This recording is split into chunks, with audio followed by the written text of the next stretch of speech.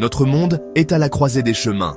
Nous sommes confrontés à une multitude de crises, du changement climatique aux inégalités sociales. Ces défis sont interconnectés et exigent un changement fondamental dans notre façon de penser. Nos modèles économiques actuels, axés sur une croissance sans fin, ne sont plus viables. Nous avons besoin d'une nouvelle approche, une approche qui privilégie le bien-être et respecte les limites de notre planète. C'est là qu'intervient le concept d'économie de suffisance, offrant une voie vers un avenir plus équilibré et plus juste. L'économie de suffisance nous encourage à repenser notre relation à la consommation.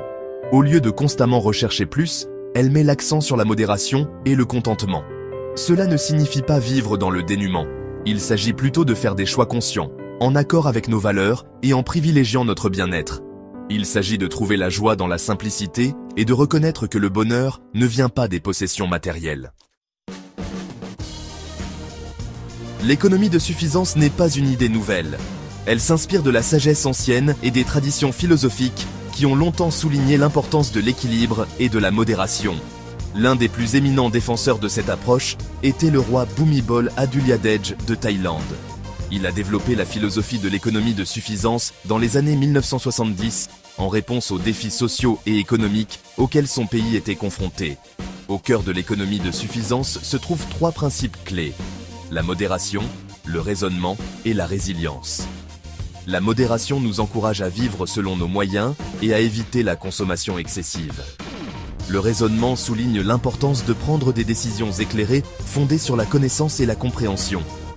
La résilience met en évidence la nécessité de construire des communautés fortes et des systèmes durables, capables de résister aux chocs et aux crises.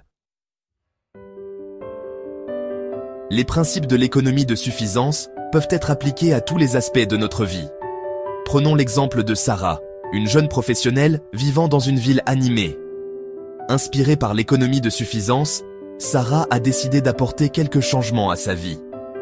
Elle a commencé par désencombrer son appartement en donnant ou en vendant des objets dont elle ne se servait plus. Ce simple geste a apporté un sentiment de calme et d'ordre à son espace de vie. Ensuite, Sarah a commencé à faire ses achats de manière plus consciente, en choisissant des produits locaux et en soutenant les entreprises aux pratiques éthiques. Elle a également commencé à cuisiner davantage à la maison, réduisant ainsi sa dépendance aux plats à emporter et aux aliments transformés. Ces petits changements ont non seulement été bénéfiques pour sa santé et son bien-être, mais ils étaient également en accord avec ses valeurs de durabilité et de responsabilité sociale. La transition vers une économie de suffisance n'est pas sans défi. Nous vivons dans un monde qui glorifie souvent le consumérisme et la satisfaction immédiate. Cependant, il y a une prise de conscience croissante de la nécessité du changement. De plus en plus de personnes reconnaissent les limites de notre système économique actuel et cherchent d'autres modes de vie. L'économie de suffisance offre une vision convaincante pour un avenir plus équilibré et durable.